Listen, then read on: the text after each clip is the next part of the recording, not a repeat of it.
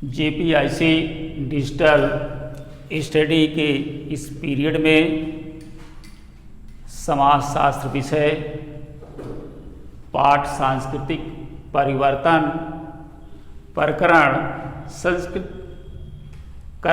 संस्कृतिकरण के विविध प्रभाव एवं उसकी आलोचना आदि के संदर्भ में आज कक्षा 12 समाजशास्त्र के विद्यार्थी सुनेंगे। इस संदर्भ में अगर देखा जाए संस्कृतिकरण है क्या, संस्कृतिकरण में मुख्य रूप से यही होता है कि हम दूसरे की संस्कृति को अपनाते हैं, अपनी संस्कृति को छोड़कर दूसरे की संस्कृति को अपनाते हैं। संस्कृति है क्या ये भी समझ लीजिए, रीति रिवाज है, रहन सहन है, खान पान है आदि, इन सब को हम संस्कृति के रूप में देखते हैं। और इन खान पान, रीति रिवाज, रहन सहन आदि सब को हम अपना त्याग करके दूसरे की नकल करते हैं और उसको आत्मसात कर लेते हैं। यही प्रक्रिया है संस्कृतिकरण की। यदि देखा जाए संस्कृतिकरण का प्रभाव के रूप में देखा जाए, विविध इसके क्या प्रभाव पड़ते हैं। संस्कृतिकरण का प्रभाव जो है, इसमें निम्न जाति के लोग जो होते हैं वो उच्च वर्गीय जाति के लोगों की नकल करते हैं और हम उनसे प्रभावित हो जाते हैं। प्रभावित होकर के उनकी बात को, उनके रहन सहन, खान पान, रीति रिवाज आदि को आत्मसात कर लेते हैं और अपना जो है, अपनी संस्कृति जो है, उस अपनी संस्कृति को हम त्याग देते हैं। ये प्रक्रिया चलती रहती है। इसी में संस्कृतिकरण के कारण ही एक तरह से मानकर चलें कि हम समाज में परिवर्तन भी होता रहता है, जिसको हम सामाजिक परिवर्तन कहते हैं। और इसके विविध रूप, विविध प्रभाव देखने को मिलते हैं और उन विविध प्रभावों में आप देखिए हम अपने लोगों के बीच से हट जाते हैं, बगल हो जाते हैं, अपने को त्याग देते हैं। आप कल्पना कीजिए कि दो भाई हैं, एक भाई जो है वो संस्कृतिकरण की प्रक्रिया में आया और दूसरा भाई जो है उस प्रक्रिया को में नहीं आया। तो अब दोनों में अंतर देखने को आप पाएंगे, क्योंकि एक जो है, एक तो संस्कृतिकरण की प्रक्रिया के अंतर्गत उच्च वर्गीय संस्कृति को धारण कर लिया और दूसरा जो है अपनी ही संस्कृति में रह गया। इससे उनमें अलगाव दिखाई देने लगता है। एक प्रभाव आपको ये स्पष्ट रूप से दिखाई पड़ेगा।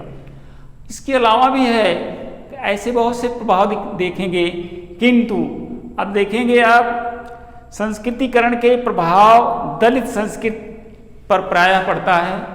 आज हम देख रहे हैं दलित संस्कृति, दलित के लोग जो हैं उच्च वर्गीय संस्कृति को धारण करते चले जा रहे हैं और उस संस्कृति को जब धारण करते चले जाएंगे तो अपनी संस्कृति को विलुप्त कर दे रहे हैं। संस्कृति जो है जीवन जीने की एक कला है, विशेषता है, हमारी पहचान है संस्कृति। इसलिए अपनी संस्कृति को त्यागना नहीं चाहिए। हम अगर यहाँ से लंदन चले जाएं और वहाँ रहने लगें, लेकिन अपने रीति रिवाज में आएंगे, अपनी तरह से वहाँ खान पान करेंगे आदि सब, तो लोग ये समझेंगे कि कौन है, भारतीय है। अगर हम वहीं के कल्चर में आ जाए, वहीं की संस्कृति को धारण कर लें, तो मैं अपनी पहचान को खो दिया। इस प्रकार से ये जो है दलित वर्ग जो है खास करके ये अपनी संस्कृति को त्याग रहा है और उच्च वर्गीय संस्कृति को धारण कर ले रहा है। अगला आता है संस्कृतिकरण की प्रक्रिया संपूर्ण भारत में नहीं दिखाई देती है। ये वास्तव में आप देखें, ये संस्कृतिकरण की प्रक्रिया जो है कहिए कि पूरे भारत में है, संभव नहीं है, ऐसा नहीं है। दक्षिणी भारत में आप देखेंगे वहाँ कुछ और है, पश्चिमी भारत में देखेंगे कुछ और है। हर जगह एक जैसा नहीं है। कुछ स्थानों पर, जैसे जिसको आप कहते हैं प्रभुजात, प्रभुजात के लोग जो है स्थानीय होते हैं, उनका स्थानीय दम खम बल होता है और उसकी नकल भी हम लोग कर लेते हैं और उसका भी प्रभाव काफ़ी हमारे ऊपर पड़ता है। अब अगला आप देखिए, संस्कृतिकरण के पर संस्कृति ग्रहण की ये एक रूप है। अब इसमें आप देखिए, संस्कृतिकरण पर संस्कृत यानी अपनी संस्कृत को पर संस्कृत का तात्पर्य हुआ कि हम दूसरे की संस्कृति को ग्रहण करते हैं और ये दूसरे की संस्कृति को ग्रहण करके हम अपनी संस्कृति को छोड़ देते हैं।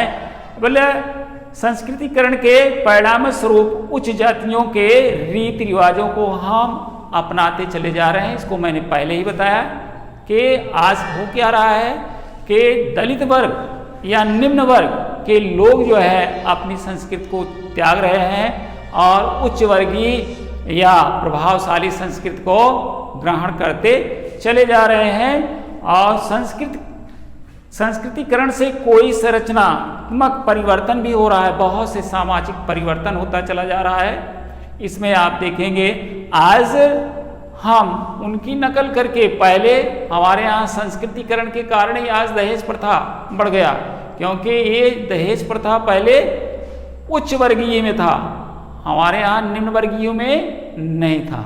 लेकिन हाँ, संस्कृतिकरण के कारण जब हम देख रहे हैं हमारा पड़ोसी जो है अधिक से अधिक दे रहा है भेंट के रूप में, दहेज के रूप में, तो हम उसकी नकल कर ले रहे हैं, हर स्थान पर नकल करते चले जा रहे हैं। इसलिए ये जो है संस्कृतिकरण एक अभिशाप के रूप में भी सामने आ जाती है। इसका गुण और दोष दोनों आपको देखने को मिल रहा है।